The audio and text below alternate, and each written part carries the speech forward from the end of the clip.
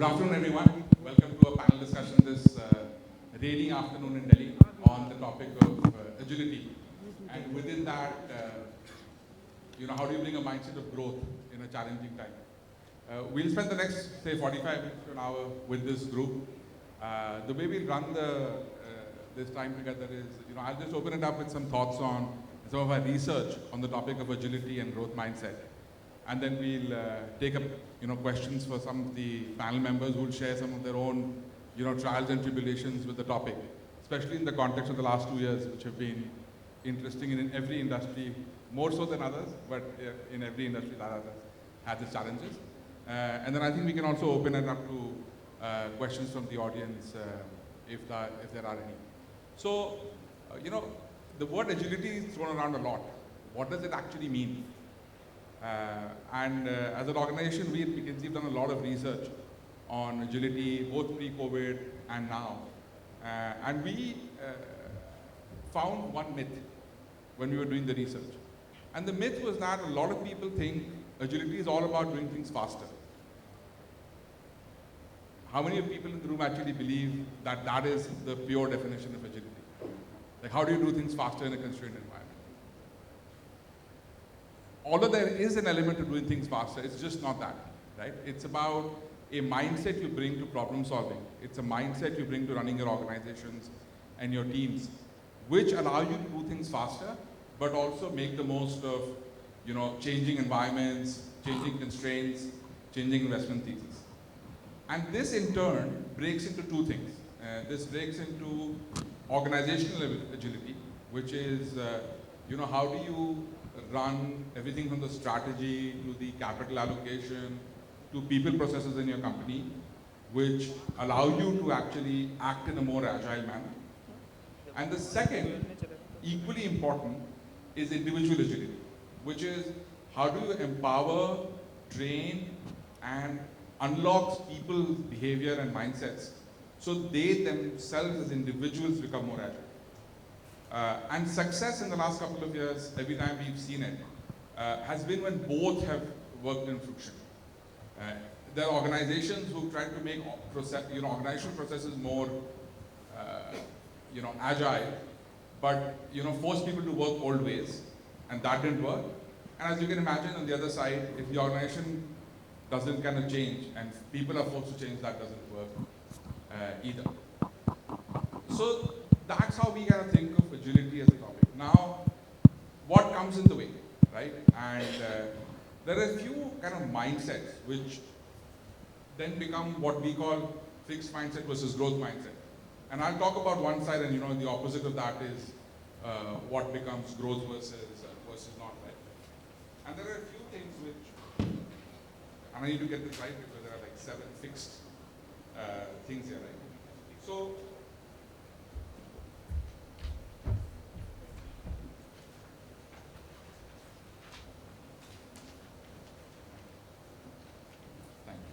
So the 7 things which come in the way of agility is first a sense of pride, or said more directly, arrogance.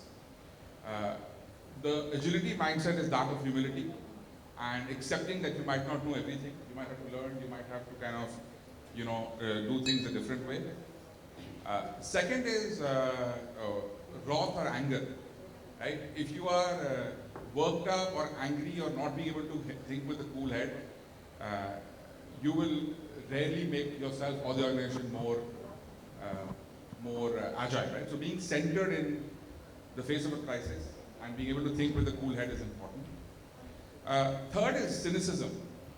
And every organization has cynics, and cynics also have a role in every organization, but cynics do come in the way of agility. So having this sense of belief and a can-do attitude becomes very important because you are trying something new and different. And you want to have a belief that it's possible.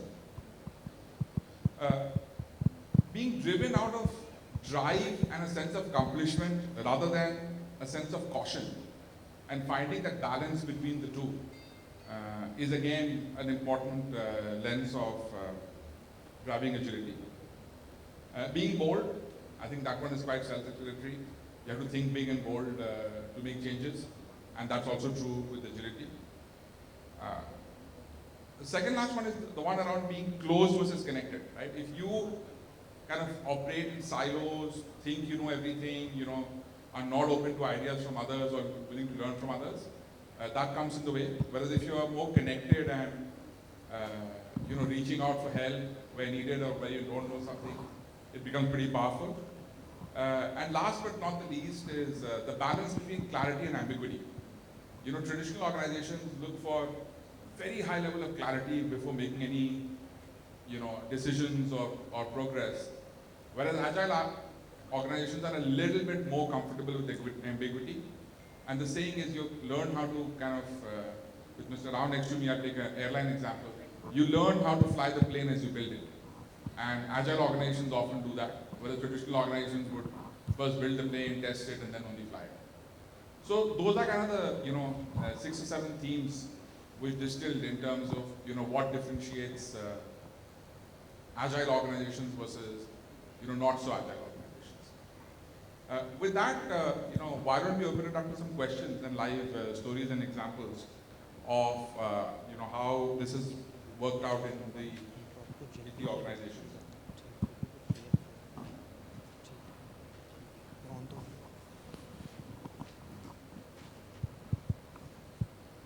So my first question is for Mr. Chadha. So was agility really a major trend for your organization pre-COVID?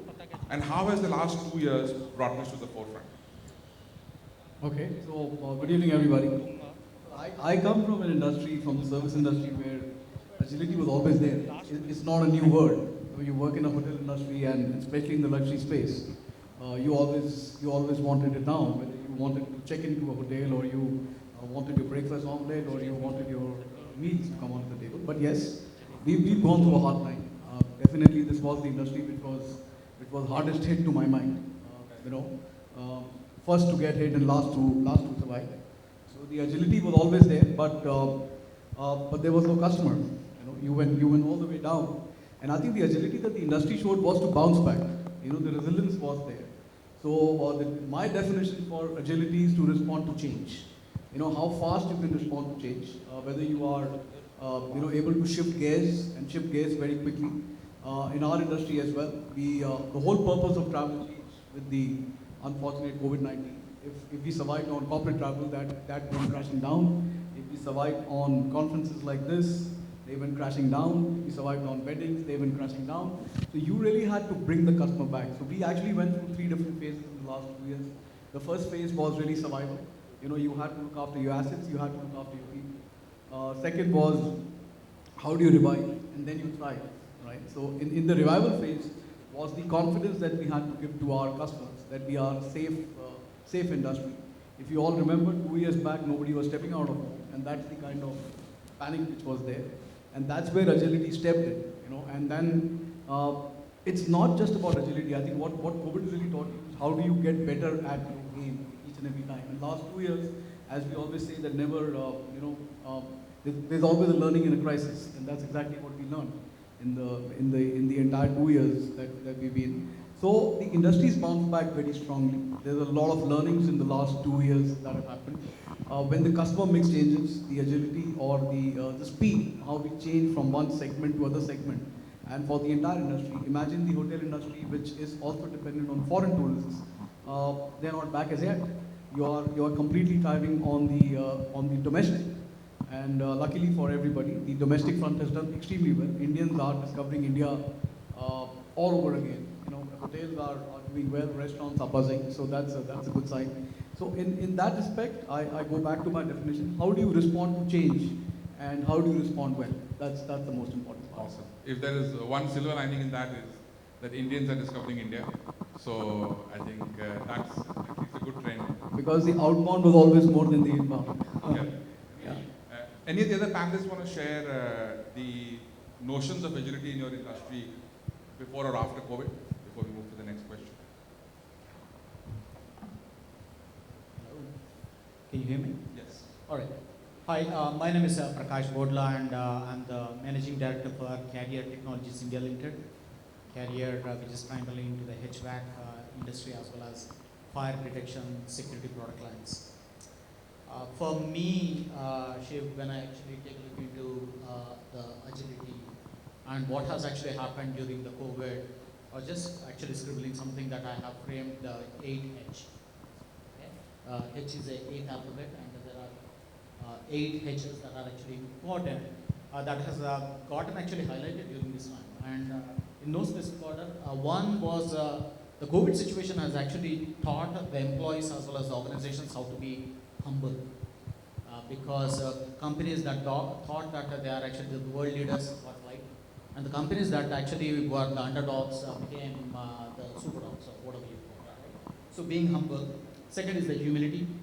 There has been a lot of disruption that actually happened, and we saw somebody passing away, somebody going through major trauma, either economically or in a personal life. So having that humility and having that touch as a human. So that is the third H I was thinking about. The fourth one is that we need to get actually hungry. Hungry from a right perspective. The reason is that that is the only way we will be in a position to actually be agile. Right? We will be in a position to actually say that we don't know, I mean, what we have conquered in the last 100 years can actually get disrupted within 24 hours, within 10 hours. So how do we stay hungry, independent of what you have already accomplished, and continue to actually go further? So that's one. And hone, which is honing the new skills. COVID has actually given a lot of people almost 2 years. Sitting in the house, getting rid of the traffic, getting rid of the travel, and what has the employees, what has the companies done to hone new skills? I mean, from an employee it could be new skills, and from a company it could be new market spaces, right? So that has actually, I mean, a couple of other things is reaching the heights and honoring the commitments to the customers, honoring the commitments to the employees, and the last hedge is having some humor. Until and unless we have some humor, not because we were in a very bad situation, but having the humor, that is the only way we'll be in a position to actually come out of these grave situations. And that's what we need to do with the 8H, and we can take it forward. But agility, the COVID has really kind of put us on a spotlight to say that, guys, anything can happen at any time, so be agile. Fantastic. You're preaching to the choir here by coming up with the framework. I'm sure the audience would have expected me to come up with we'll one. We'll take it offline and then we'll discuss. You know, that's music to my ears. But sorry, issue. In terms of the agility, right? One thing that I wanted for the folks here, probably about 8 minutes ago was where I was parachuted into this panel. Okay? So that is the agility that we are talking about, trying to put it on the spot. And the beauty is that you guys also had changed the slide. That's how agile we are, actually. This is agility in action. Yeah, absolutely. This is a true demonstration. So thank you. Awesome. Maybe the next question, Neil, for you on some of the examples of agility in your industry and more importantly your company, and how has that changed things forever? Good afternoon all. My name is Neil George. I'm Managing Director of Nivea Cream and Nivea Skincare for Nivea India and South Asia. So thank you very much for joining this afternoon. So, I thought I'll just give a little example from sport in terms of how they define agility. And in sport, it's basically, in a single sentence, they say, a rapid whole body movement with change of velocity or direction in response to stimulus. So that's how in sports they define agility. And one thing that struck me was the stimulus. And as we got in the last couple of years, there are, I think, multiple stimuli hitting us from different angles, especially in an industry. One certainly was the external black swan event, which is basically the pandemic. Then we had massive regulatory changes in the industry. I'll explain what that is. Competitive moves. We had massive changes in how consumers and customers behave during the pandemic. And also the environments, the kind of things that are around us in our industry that changed. But let me start with regulatory as a stimuli. I don't know how many of you know this, but in our skin and personal care industry, at the beginning of the first COVID crisis, which was March, April, May, June period of 2020, the government of India decided that there will all skin and personal care products, or actually all consumer goods products would be divided into two parts. One is you're either discretionary or non-discretionary. And if you're in discretionary, it was very clearly not allowed to be sold in stores. So your distributors couldn't sell. So if you're having a deodorant spray or a skin cream, the government said, sorry, this is not important during the COVID. You cannot sell this in stores. Your distributors cannot go there. So basically, we were not allowed to sell that in normal stores. But one thing that happened during that time, I think there were two kinds of stores that were allowed to, or channels that were allowed to sell our products. One were the chemists and the pharmacies.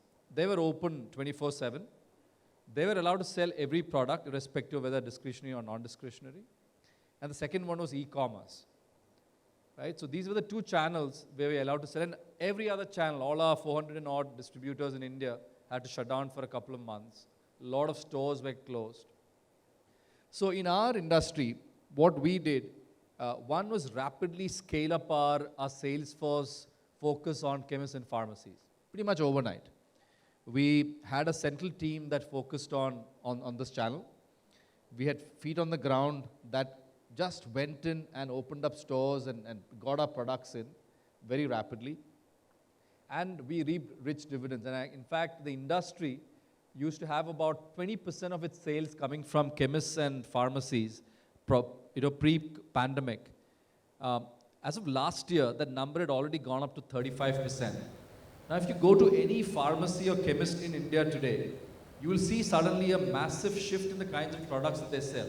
If you typically go to a Bombay or a Bangalore chemist, you walk into an Apollo store or a Campus Medicals, you'll suddenly see there's chocolates, there's chips, Coca-Cola and everything. And this basically came out of the pandemic. And we realized that consumers were actually flocking to these kind of stores. The second one was e-commerce.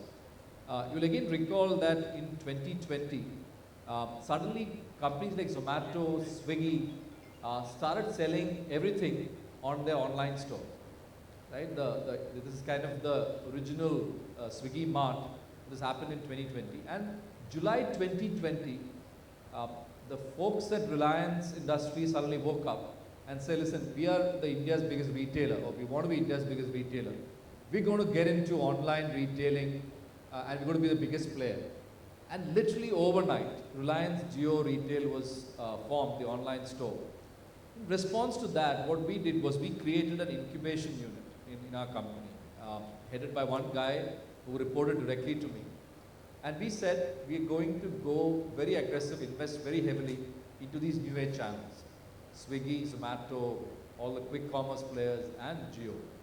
And literally now, in about 18 months, it's our fastest growing channel. We've now moved a lot of our resources into that. And literally we dominate in our space, the Reliance Jio skin and personal care segment. And all this was in agility moves in response to what the stimuli happened from the environment. Thank you. And are most of these things to stay? Come again? Are most of these changes to stay, or are they, when the stimulus goes away, will they stay or not? For sure, we believe the chemist and pharmacy trend is going to stay. Because all of us have been used to buying our hand sanitizers and our honey and our, your tissues and toilet tissues and food health vitamins from the chemist. And they're very trusted, very trustworthy. The corner chemist is one of the most trusted retailer that you can find. One, he's educated, he or she is educated. They provide good advice, right? They're not going to push you something for a commercial benefit. They have their reputation at stake. So for sure, the chemist and pharmacy channel will stay in the FMCG segment, for sure. On the e-commerce, again, it's something that will not turn away, but you're going to see much more competition and splintering of that segment as we go along. So it's going to get much more difficult to play in that segment because there are many players trying to enter that with different value propositions. Perfect. Thank you. Any other panelists want to add to that before we move to the next question? So next question for Mr. Rao. What should the role of the CEO be in helping organizations embrace true agility? Thank you, Shiv. I am Vivian Rao. I am the business chairman for the MR Group. I head the transportation and urban infra business. Actually, to share with you all, we are in a very challenging business. We are into bricks and mortar. Everywhere we are with people, material, services, and utilities. Especially we are in the airport sector, many of you know one of the challenges of the airport sector in this COVID time. Everything is shut, but everything is open. It is a shut and open scenario for the management. Unknown situation for everyone in the organization like any other. But we were to manage the full airport, full services, especially cargo, huge medicines were being imported. Many countries were sharing, and many equipment, especially oxygen generators and other ICU, many, because our country, not only our country, many countries have not prepared for such challenges, but all of us have seen that we were rapidly responding to our huge population and huge pandemic needs. These services are being extended as a B2C services, but we are unpaid. It is a voluntary, but basically strongly, but at the same time, all our parts are intact and no revenue. It was a great difficulty learning. We as an organization, all our CEOs, our business leaders, they were looking to, like, they were trying already because infrastructure space is like cliffhanger process. We don't know what risk will come at any stage, especially at the project execution is a very big challenge for us. Large projects, complex permits, multifaceted stakeholder management. So it was like a mountaineering experience. Anytime there can be your own tree, sometimes is harmful. That is how the situation and leaders were trying. So immediately, the punchline I should say in our organization is challenges are there, convert them as an opportunities and succeed them by execution. This is how we built our enterprise all these years, whether it is airports, roads, or power sector. Especially in this COVID, one is airport is a visible service everyone feeling, but we are one of the largest power generation company. It is a huge challenge because because it is a human. If life is there, everything is there. So we were in an unknown situation, but all our power plants have worked. I think that it is the highest efficient output, but challenge because it is coal or whatever, it is to be on the hands. So what we made these services delivered is central to the growth mindset. Always look for an opportunity in the challenge. That is one thing. Another is change in your beliefs. She was sharing with us fixed mindset and agile mindset. Unless we have believe ourselves, but at the same time, we should also believe that we can unlearn and learn. So whether it is Zooms or whether it is stretched services or whether it is untimely, unnoticed, available of all services like sergeant at arms we call in military, we were also in the similar situation to be available to the society. Another is, sometimes in our organization we have a practice that we create our own challenges sometimes. We have young groups we form to, well, earlier we were doing quality circles or whatever we are telling. Specific to our industry, infrastructure industry to be succeed, we create our own teams and through challenges, difficult situations. So for example, my runway has a capacity of X number of flights. Can we do more number of flights with the same runway in the 24 hours? There are many ways, but yes, limitations. We have a regulation. Airfield is managed by defense. Our aircraft movement is controlled by airport authority. We don't do that. We have a fixed runway which is built for years. So this is where we have to have a challenges how we can do that. So we invent more rapid exit ways so that the runway is freed as early as possible. So we have to plan our aircrafts in such a way that smaller aircraft with smaller speed will land in an appropriate place where they can easily exit. So these are some challenges we always throw into our this thing. And also, the ability to experiment.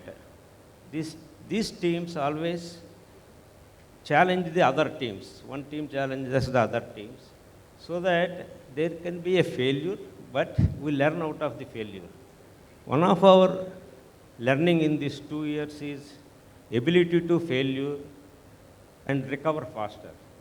This is what has taught us, and I think it is whether it is a pandemic or non-pandemic situation, it is a business philosophy that will help every business or CEO. So ability to failure. Many of the leaders with fixed mind, we always be a smarter company. I want to be always number 1, 2, 3 successful. We can't feel a failure, or we can't feel a second or third to someone. So always we will want to be perfect. We don't take challenges. But in our organization, we take challenges. We are prepared to fail, but we are confident that we recover faster, and we convert these challenges an opportunity and celebrate. This is how we perform. Thank you, Shiv, for this opportunity. Fine, fantastic. Thank you for sharing. Any other panelists want to add anything to that? So Chadha. It was really about the role of the CEO. That's yeah.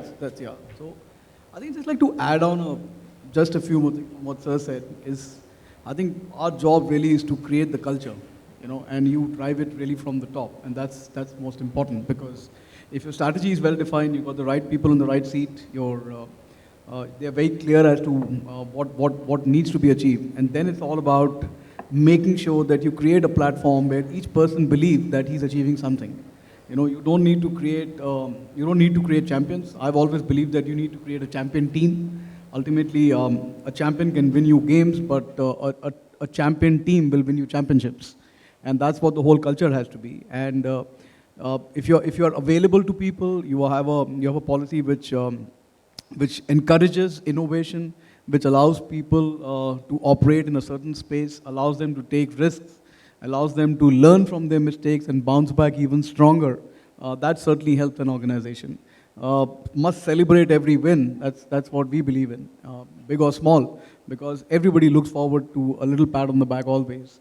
And eventually you can see that culture of agility starts from the top and can come down right to the bottom, because each player, each person at any position is playing a very important role. That's all I'd like to add. Well, I'll just try to add a couple of other points. I think Raugar was talking about from an external perspective, right? How it is actually disrupted and things that the company was doing. Now I'll take an inward view, right? From the company's perspective, from the employee's perspective. I mean, typically, historically, if you had taken a look, maybe a company had about, say, 1,000 employees sitting in one office, 2 offices. But all of a sudden, because of the COVID, now that office actually had 1,000 offices, 1,000 locations, 100 cities, right? Maybe 10 states. So all of a sudden, what this has actually happened was that the central authority or the decisions that used to be made at the top has now actually come to the leaf node. Somebody sitting in Chikmagalur somewhere, and then talking to the customer, talking to product management, talking to the manufacturing, and then trying to make the decision, because you can't actually go up the chain. So what has actually happened is this has pushed the leadership traits to the leaf node. The guy on the node should be in a position to take, but are the organizations prepared to push that kind of a decision empowerment to that leaf node? This is a challenge. We are not trained. And most We never organizations got taught. are very uncomfortable with decentralization of power. Exactly, right? And the problem, the second challenge is the management. They were never trained with this one. The management was always trained, walk on the floor, talk to the people, pat on the back, and resolve. But now you don't even know where the person is sitting. I mean, he could be sitting in Goa beach, right?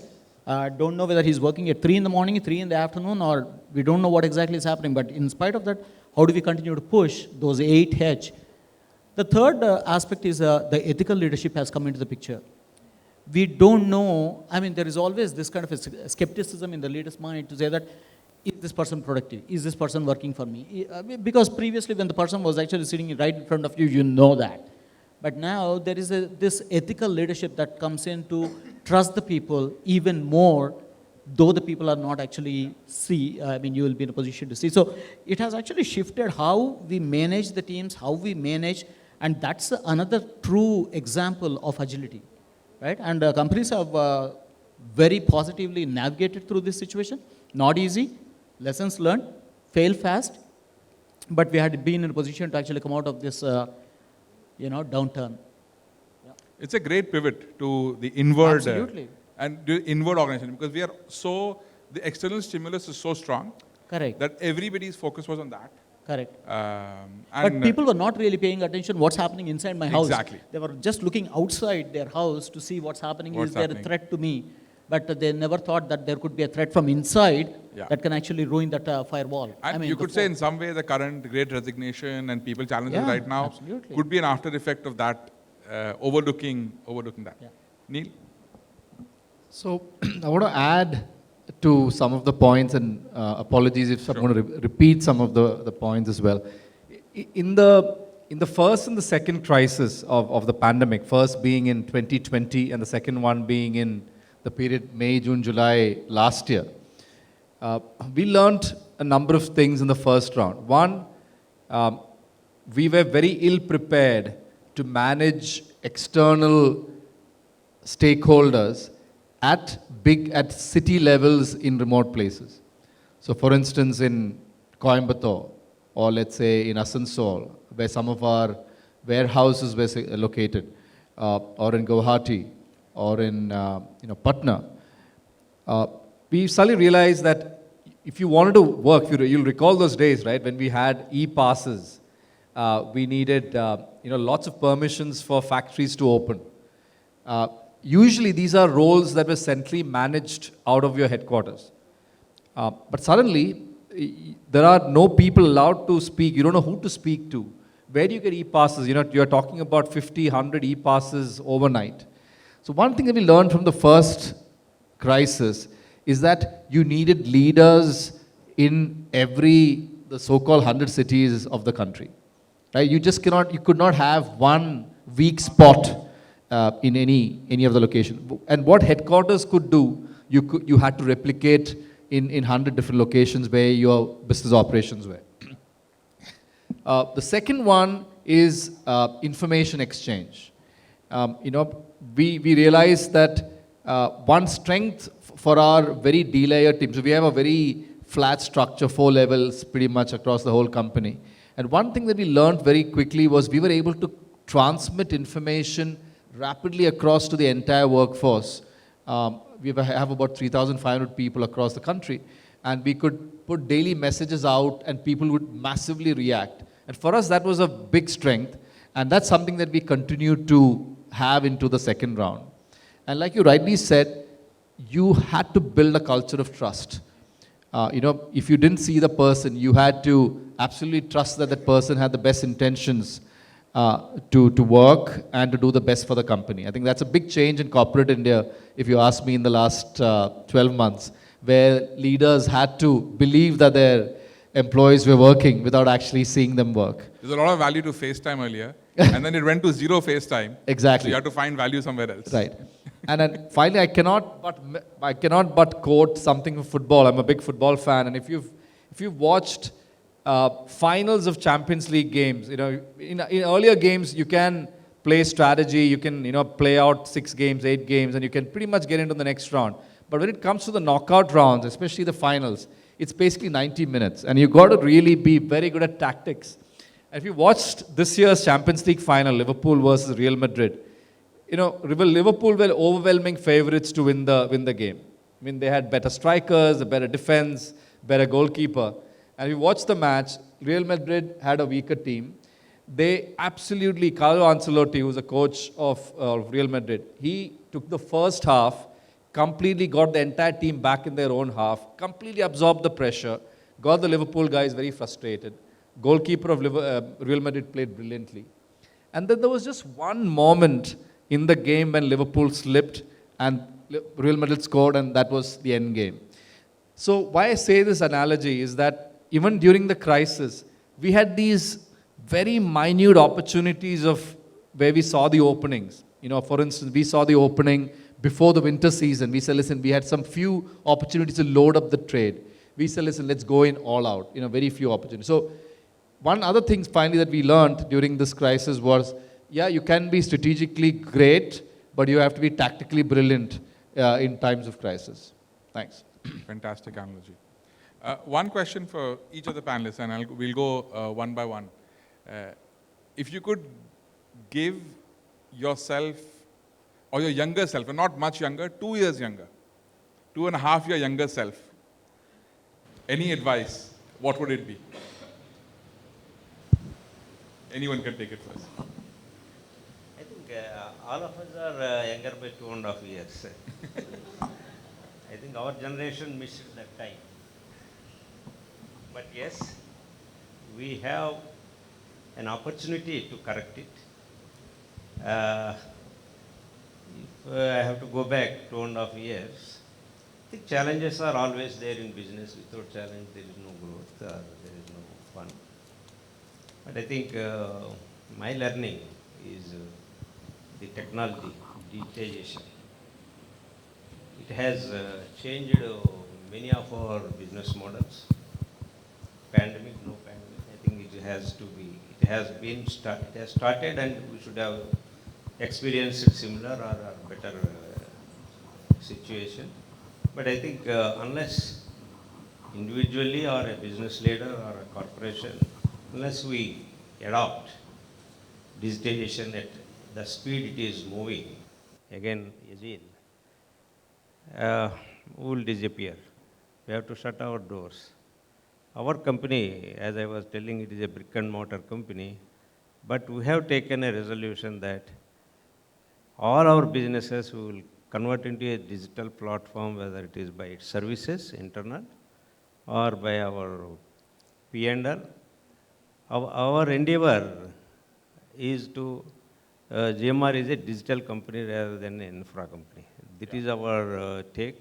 If 2 years back, 2.5 years back, it started, pandemic has given a great opportunity, I should say, to work on it, and made us think, rethink, look inwardly, prepare leadership, create leadership teams. We have started an innovation center in Hyderabad airport, where we created our own teams, tied up with many of the startups in our business, like solution finding. Everything is possible in digitization. So our business teams, innovation center, and the startups, we work together. I think this is the learning.